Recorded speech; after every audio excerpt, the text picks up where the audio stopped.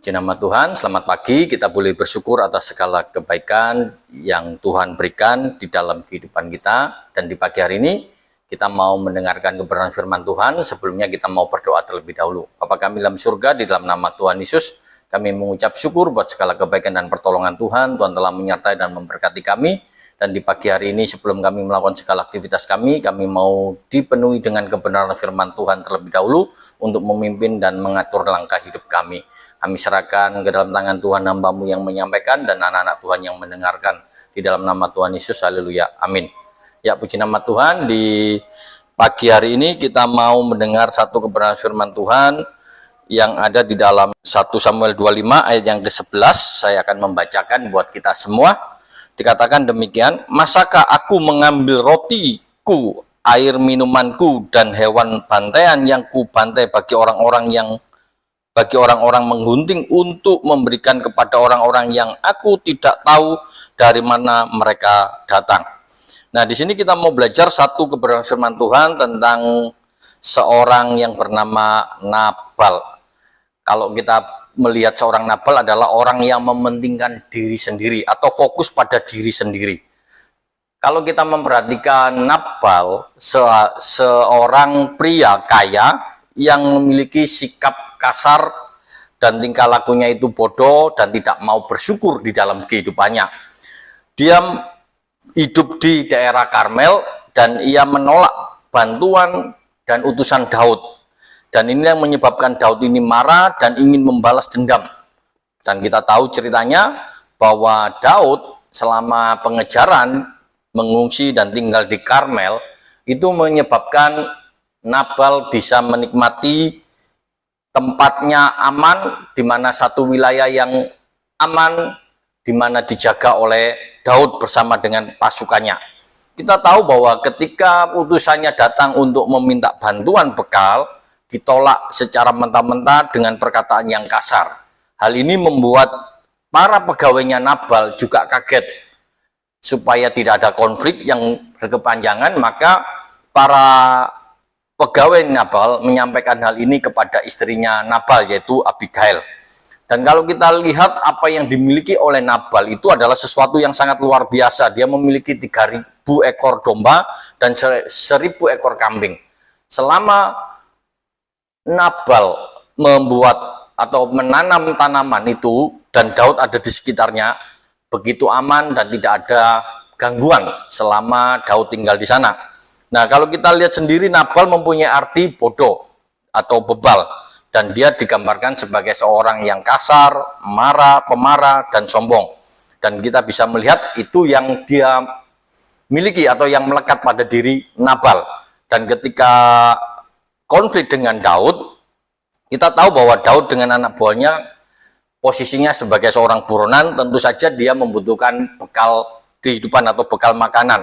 Karena itu dia selama tinggal di Karmel, dia menjaga dan wilayah itu menjadi aman, termasuk di perkebunan Nabal. Jadi ketika Daud meminta bantuan untuk meminta makanan dan anggur sebagai imbalan jasa, malah Nabal menolak dengan kata kasar, menghina Daud, sehingga membangkitkan amarah Daud sedemikian rupa. Bayangkan, Daud itu mempunyai pasukan 400 orang yang memiliki latar belakang yang sakit hati, yang memiliki masalah-masalah pribadi yang begitu banyak, dan ketika dia mendengar perkataan itu, otomatis mereka pun menjadi marah dan ingin melakukan satu tindakan yang mau mereka lakukan kepada Nabal. Dan itu mereka sudah sepakat dan mau mengikuti apa perintah dari Daud.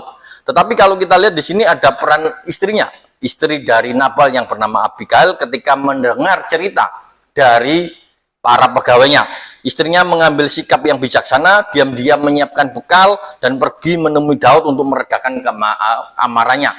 Dia meminta maaf atas nama suaminya dan memberikan hadiah kepada Daud, sehingga Daud tidak melakukan pembalasan yang dilakukan kepada Nabal. Di sini kita bisa melihat bahwa Daud mau menerima alasan yang disampaikan oleh Abigail.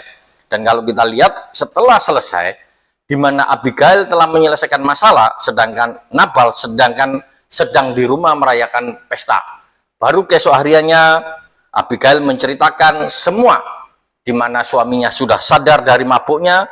Ia menceritakan kejadian yang tersebut, di mana nyaris akan adanya pembantaian.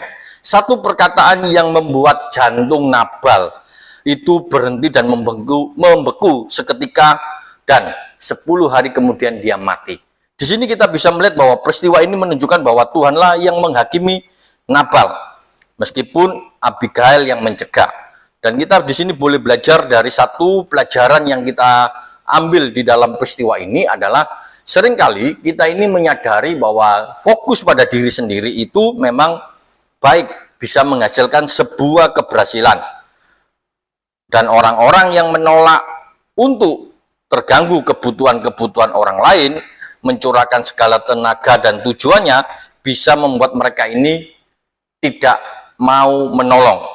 Ini yang terjadi pada diri Nabal, di mana dia fokus pada dirinya, dia merasa dirinya sukses, lalu ketika dia sukses, dia membandingkan untuk orang lain yang ada di sekitarnya tiba-tiba datang meminta bantuan. Dan ini yang membuat dia itu jengkel dan tidak mau menolong. Apa yang dia sudah kerjakan sekuat tenaganya, kebutuhannya sudah dia lakukan, ternyata ada orang-orang yang ada di sekitarnya tiba-tiba datang meminta. Hal ini yang membuat Nabal menjadi marah. Tetapi di sini kita boleh belajar satu perenungan di dalam kehidupan kita, bahwa apapun dan siapapun yang Tuhan berikan di dalam kehidupan kita, itu adalah satu pemberian yang dari Tuhan untuk dapat kita pergunakan dengan sebaik-baiknya. Semaksimal mungkin kita pergunakan untuk bisa menjadikan berkat.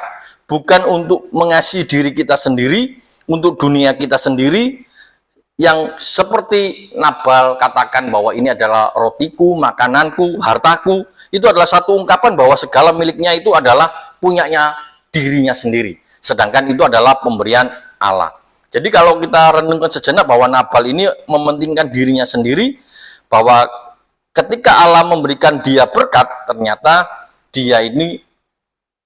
dia pakai sendiri, dia tidak mau berbagi dengan orang-orang yang ada di sekitar kita. Di sini kita boleh belajar bahwa kemurahan hati adalah suatu ciri khas dari orang-orang